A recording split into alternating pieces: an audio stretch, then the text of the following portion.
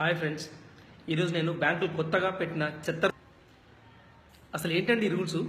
ఎవరికి ఇష్టం వచ్చినట్టు వాడు రూల్స్ పెడతాడండి. డబ్బులు వేసినా బాధుడే, తీసినా బాధుడే. మా అకౌంట్లో మినిమం బ్యాలెన్స్ లేకపోతే మీరు ఫైన్ వేస్తారు. గత 4 రోజుల నుంచి 90% ఏటీఎంలు హైదరాబాద్లో ఒక్క ఏటీఎం కూడా సరిగ్గా పనిచేయట్లేదు. మేమేమైనా ఫైన్ వేయాలి? ఎంత ఫైన్ వేయాలి? మా డబ్బులు మీ దగ్గర పెట్టుకొని మా డబ్బులతో మీరు జీతాలు తీసుకొని మా మీద మీ అధికారం ఏందిరా? మీరు ఏసీలో కూర్చొని వడ్డీలు దొబ్బి మైండ్ దొబ్బి వెనక ముందు బలిసి పిచ్చి పిచ్చి ఆలోచనలు చేస్తున్నారు. ఈ ప్రభుత్వాలు బ్యాంకులు పేదోని కొట్టు పెద్దోనికి పెట్టనుగా వ్యవహరిస్తున్నాయి.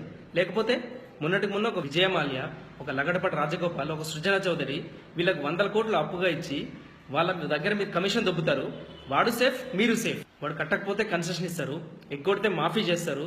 ఆ లాస్లన్నీ మా మీద ఫైన్లని చార్జెస్ అని ఇష్టం వచ్చినట్టుగా దోచుకుంటారు. అరే, బ్యాంకులకు వెళ్ళాలి అంటే హాస్పిటల్కి వెళ్ళాలా అన్నంత భయం వేస్తుంది. ఫ్యూచర్లో ఏటీఎం ముందు నిలబడ్డా, బ్యాంకుల ముందు నిలబడ్డా చార్జెస్ కట్ అయినా ఆశ్చర్యపోనక్కర్లేదు.